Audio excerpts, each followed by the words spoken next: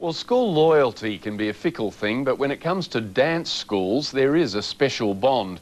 One Brisbane dance studio is about to turn 100, and plans for a reunion will bring together former students of all ages. Doug Murray's been tapping into some of the past generations of local dancers.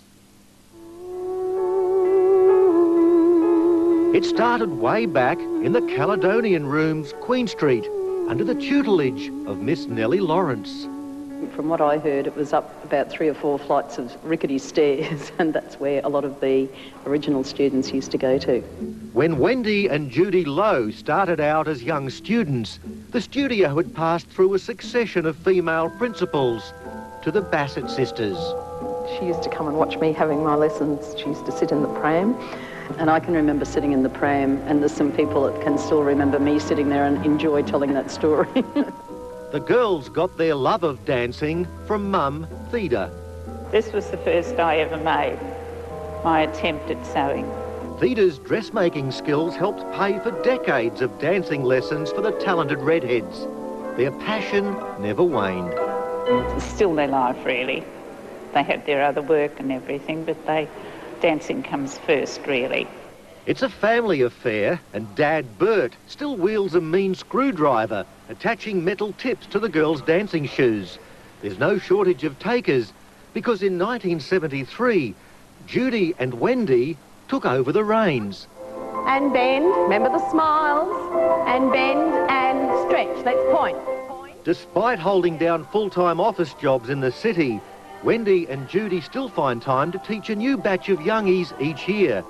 There's been thousands passed through the school, and like the sisters, their loyalty never wavers. Well, I've danced since I was about 5 years old, so... It's like the fellas with their football, the girls with their dancing.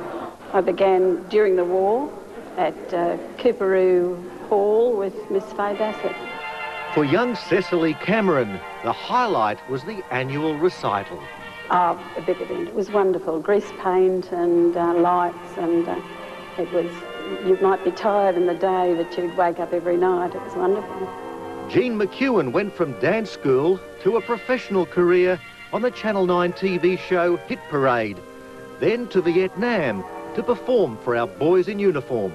It's more than just dancing, and I think most dancers will say they get a confidence out of life that nothing else can give them. My mother decided I needed a bit of building up. I was a spindly kid.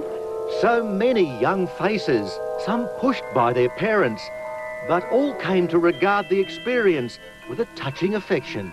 We remember one another as if we were the same age again, and here we go, you know, and talk about all the old times. So there's been lots and lots of little girls who can remember the Lows and the Bassets. We've got to get ready for the show, so Pam, what do we got to remember? Teeth, tits and tops. Okay. There's a reunion show in October at the Optus Playhouse to celebrate the 100th birthday. Those old steps have to be polished. Well, we walk of a morning. Yes, and we tap once a week.